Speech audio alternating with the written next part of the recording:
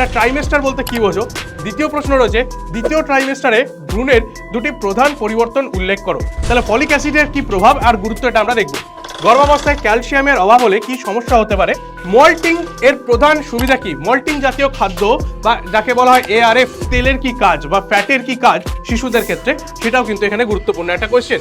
হে arts warrior, কি খবর? তা আবারও তোমাদের কাছে চলে এসেছি একটা ইন্টারেস্টিং ভিডিও নিয়ে। সেটা হচ্ছে নিউট্রিশনের যে চ্যাপ্টারগুলো আমরা পড়লাম ইউনিট 1-এর, সেই ইউনিট 1-এর যে নিউট্রিশনের চ্যাপ্টারগুলো রয়েছে তার মধ্যে থেকে ইন্টারেস্টিং ইম্পর্টেন্ট যে 2 মার্কসের কোয়েশ্চেন্সগুলো রয়েছে সেই 2 মার্কসের টোটাল কোয়েশ্চেন্সগুলোকে নিয়ে করবো আজকে ডিসকাশন।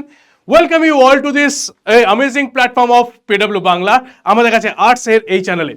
তাহলে ফুল এনার্জি নিয়ে আজকের যে ক্লাসে, সেই ক্লাসে আমরা ডিসকাস করে নেবো ইচ অ্যান্ড এভরি যে 2 মার্কসের কোয়েশ্চেন্সগুলো রয়েছে সেই কোয়েশ্চেন্সগুলো কীরকম উইথ অ্যান্সারও তোমাদের কাছে দিয়ে দেবো। তো পিডিএফটা যেন ডাউনলোড করতে ভুলো না। পিডিএফের লিঙ্ক কিন্তু তোমরা হোয়াটসঅ্যাপের গ্রুপের মধ্যে পেয়ে যাবে। তো হোয়াটসঅ্যাপ গ্রুপে লিঙ্ক শেয়ার করা থাকবে, ওখান থেকে ডাইরেক্টলি ডাউনলোড করে নিতে পারবে। তো নো টেনশন ব্রো। তো ফার্স্ট কী রয়েছে দেখি। তো 3টে আমাদের কাছে চ্যাপ্টার ছিল, গর্ভাবস্থা, স্তন্যদান আর শিশুদের জন্য পুষ্টি। এই চ্যাপ্টারের জন্য ফার্স্ট যে কোয়েশ্চেনটা রয়েছে সেটা হচ্ছে ট্রাইমেস্টার কাকে বলে। প্রশ্ন কি রয়েছে দেখো, না ট্রাইমেস্টার বলতে কি বোঝো? দ্বিতীয় প্রশ্ন রয়েছে দ্বিতীয় ট্রাইমেস্টারে ভ্রূণের দুটি প্রধান পরিবর্তন উল্লেখ করো। দেখো প্রত্যেকটার ক্ষেত্রেই উত্তরও লিখে দেওয়া আছে, ঠিক আছে। নেক্সট কি রয়েছে দেখো, নেক্সট কোয়েশ্চেন রয়েছে গর্ভাবস্থায় প্রোটিনের যে চাহিদা বৃদ্ধি পায় তা কেন বৃদ্ধি পায়? আর ICMR অনুযায়ী একজন গর্ভবতী মহিলার দৈনিক অতিরিক্ত কত ক্যালোরি শক্তির প্রয়োজন হয়ে থাকে? তাহলে এই দুটোই হচ্ছে আমাদের কাছে 2 মার্কসের কোয়েশ্চেনের জন্য আবারও ইম্পর্টেন্ট। নেক্সট চলে এসো, নেক্সট কি বলছে গর্ভাবস্থায় ফলিক অ্যাসিডের কি গুরুত্ব? তাহলে ফলিক অ্যাসিডের কি প্রভাব আর গুরুত্ব এটা আমরা দেখব। গর্ভাবস্থায় ক্যালসিয়ামের অভাব হলে কি সমস্যা হতে পারে সেটাও আমাদের কাছে এই চ্যাপ্টারে একটা গুরুত্বপূর্ণ কোয়েশ্চেন। নেক্সট এরপরে চলে এসো, না প্রশ্ন কি রয়েছে, না PIH মানে প্রেগনেন্সি ইন্ডিউসিং হাইপারটেনশন এর দুটি লক্ষণ বর্ণনা করো। ম্যাক্রোজোমিয়া কি, এটি কেন হয়ে থাকে? দেখো উপরে প্রত্যেকটা জিনিসের আমি ছোট ছোট ফরম্যাটে নোটগুলোও লিখে দিয়েছি। নেক্সট কি রয়েছে দেখো, নেক্সট কোয়েশ্চেন রয়েছে আমাদের কাছে স্তনদানকালে অক্সিটোসিন হরমোনের কি কাজ? নেক্সট বলছে প্রোল্যাকটিন রিফ্লেক্স বলতে কি বোঝো? তাহলে প্রোল্যাকটিন রিফ্লেক্স আর অক্সিটোসিন হরমোন এই দুটো হরমোনের কাজ আর এদের কি বলা হয়? তাহলে সেই জায়গার দেখো হরমোনের কাজ সংজ্ঞা এখানে উত্তর হিসেবে দেওয়া আছে।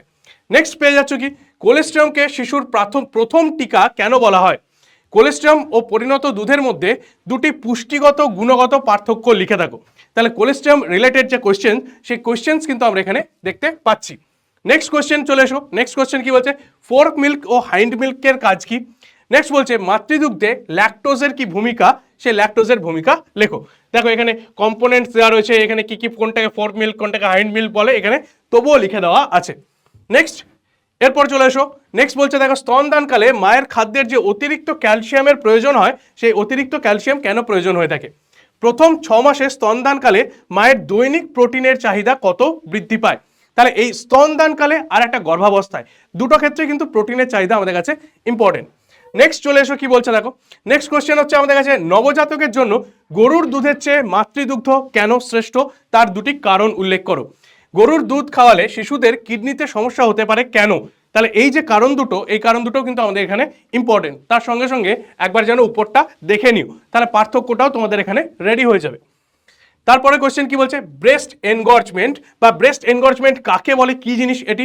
স্তন্যপানের মায়ের প্রসবের পরবর্তী যে রক্তক্ষরণ কমাতে কিভাবে এটা সাহায্য করে এটা আমাদের দেখতে হবে। মানে স্তনদান কেমন করে প্রসব পরবর্তী জায়গায় মাকে সাহায্য করে থাকে সেই কোশ্চেন্সগুলো আমার এখানে ইম্পর্টেন্ট।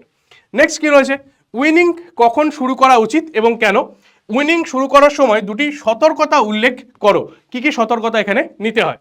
নেক্সট তারপরে মল্টিং এর প্রধান সুবিধা কি? মল্টিং জাতীয় খাদ্য বা যাকে বলা হয় ARF মানে অ্যামাইলেজ রিচ ফুড বা মল্টিং, এই ধরনের খাদ্যের কি সুবিধা রয়েছে? শিশুদের খিচুড়ি ও তেল মেশানো কেন, খিচুড়িতে তেল মেশানো কেন জরুরি? এই তেলের কি কাজ বা ফ্যাটের কি কাজ শিশুদের ক্ষেত্রে, সেটাও কিন্তু এখানে গুরুত্বপূর্ণ একটা কোয়েশ্চেন। তারপরে দেখো কি কোশ্চেন রয়েছে ম্যারাসমাস ও কোয়াশিওরকোরের মধ্যে দুটি প্রধান পার্থক্য উল্লেখ করো। আর শিশুদের খাদ্যে ফ্যাটের অভাব হলে কি রকম ধরনের সমস্যা দেখা যেতে পারে সেটাও কিন্তু আমার কোশ্চেনের জন্য একটা ইম্পর্টেন্ট জায়গা। তাহলে এই হয়ে গেল আমার প্রত্যেকটা কোশ্চেন্স, দেখে নিতে পারছো।